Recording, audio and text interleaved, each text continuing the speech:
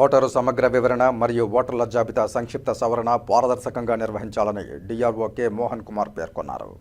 శుక్రవారం చిత్తూరు పట్టణంలోని నాగయ్య కళాక్షేత్రంలో జిల్లా పరిధిలోని చిత్తూరు, నగరి, పూతలపట్టు, జీడీ నెల్లూరు నియోజకవర్గాలకు సంబంధించిన నియోజకవర్గ ఎన్నికల అధికారులతో, నియోజకవర్గంలోని సహాయ ఎన్నికల అధికారులతో, ఎన్నికల డిప్యూటీ తహసీల్దార్లతో, బిఎల్ఓలతో special intensive revision mapping of electoral data అనే అంశంపై శిక్షణా కార్యక్రమాలు నిర్వహించారు. ఈ కార్యక్రమంలో Nagari RDO Anupama, Chittoor RDO Srinivasulu Naidu, deputy collector Vijayalakshmi, Chittoor municipal commissioner Narasimhaprasad తదితరులు పాల్గొన్నారు. ఈ సందర్భంగా డిఆర్ఓ మాట్లాడుతూ, దేశవ్యాప్తంగా ఓటరు సమగ్ర సవరణ ప్రక్రియను అమలు చేసే ఆలోచనలో భారత ఎన్నికల సంఘం ఉందని తెలిపారు. బీహార్ అసెంబ్లీ ఎన్నికల తర్వాత ఈ ప్రక్రియను దేశమంతటా చేపట్టాలని భారత ఎన్నికల సంఘం యోచిస్తోందని తెలిపారు. బిఎల్ఓలు ఇంటింటికి వెళ్లి ధృవీకరణ చేయాలని కోరారు. ఈ కార్యక్రమంలో చిత్తూరు అర్బన్ ఎంఆర్ఓ కులశేఖర్, ఇతర అధికారులు తదితరులు పాల్గొన్నారు. ఇది క్లియర్గా చూసుకోవాల్సిన అంశం.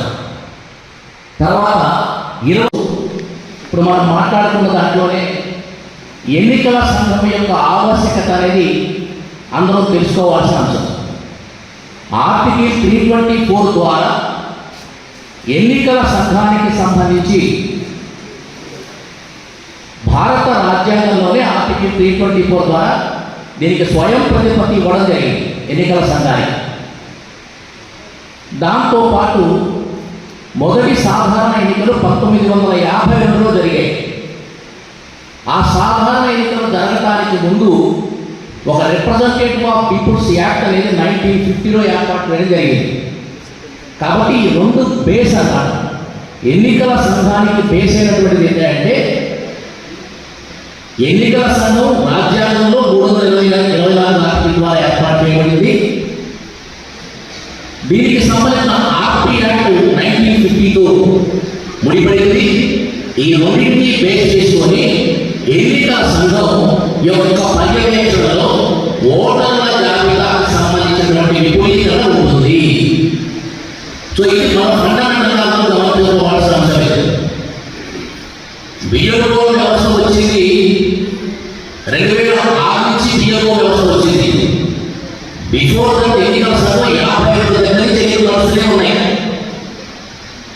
అప్పటికి ఇప్పటికీ అదే చట్టం, రాజ్యాంగంలో పొందుపరిచిన అదే ఆర్టికల్ యొక్క అధికార ప్రకారమే జరుగుతుంది.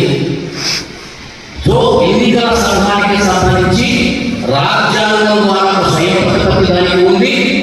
దాని పర్యవేక్షణలోనే ఆర్పీ యాక్ట్కి సంబంధించినటువంటి ప్రజాప్రతినిధుల ఎన్నికల విషయంలో ఒక చట్టం తీసుకొని ఆ చట్టం ద్వారానే ఎన్నిక జరగాలి. సో దీనికి సంబంధించినటువంటి ఓట్ల చరిత్రని ఎలక్షన్కి సంబంధించిన సబ్జెక్టు విషయంలో అత్యంత క్లారిటీతో ఉంటేనే అర్థం చేయగలరు. దీనికి మనకి రీసెంట్గా జరిగినటువంటి ఎన్నికల్లో కూడా ఎన్నికల సంఘం యొక్క ప్రత్యక్ష పర్యవేక్షణతో, కొన్ని సందర్భాల్లో పరోక్ష పర్యవేక్షణతో చాలా క్లియర్గా ఆంధ్రప్రదేశ్ మీద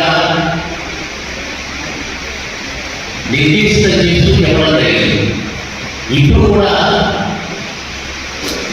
ఒక ప్రత్యేక కార్యక్రమం, దానికి సంబంధించినటువంటి ప్రీ యాక్టివిటీ అంటే స్పెషల్ ఇంటెన్సివ్ రివిజన్ ఆల్రెడీ మీకు